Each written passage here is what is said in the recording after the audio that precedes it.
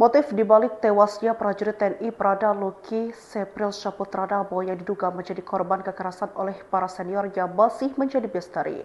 Ketua Dewan Perwakilan Rakyat Republik Indonesia Puan Maharani menegaskan bahwa hubungan antara senior dan junior di lingkungan Tentara Nasional Indonesia harus bebas dari kekerasan. Pernyataan ini disampaikan menyusul kasus kematian prajurit 2 Luki Sepril Saputra Namo yang diduga dianiaya oleh seniornya hingga meninggal dunia.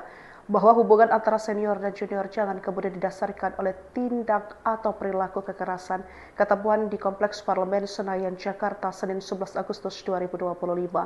Puan meminta penyelidikan kasus ini dilakukan secara adil dan transparan.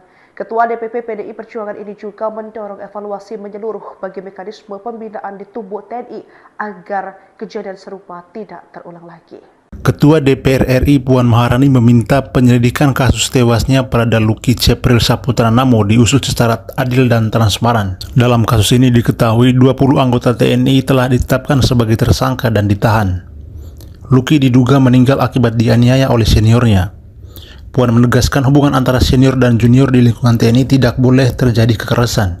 Puan pun mengingatkan kepada TNI agar kejadian serupa tidak terulang sampai di kemudian hari. Dia menyebut hubungan antara senior dan junior sejatinya harus saling menghargai dan menghormati. Dia berharap proses hukum terhadap para tersangka berjalan sesuai dengan prinsip keadilan.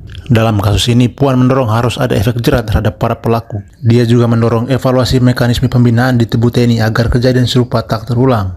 Prada Luki diketahui meninggal setelah menjalani perawatan intensif selama beberapa hari di Rumah Sakit Umum Daerah Air Ramo, Kabupaten Nagekeo, Nusa Tenggara Timur, Rabu 6 Agustus 2025. Ia merupakan prajurit TNI dari Teritorial Pembangunan 834 Wakanga Mere, Nagekeo, NTT.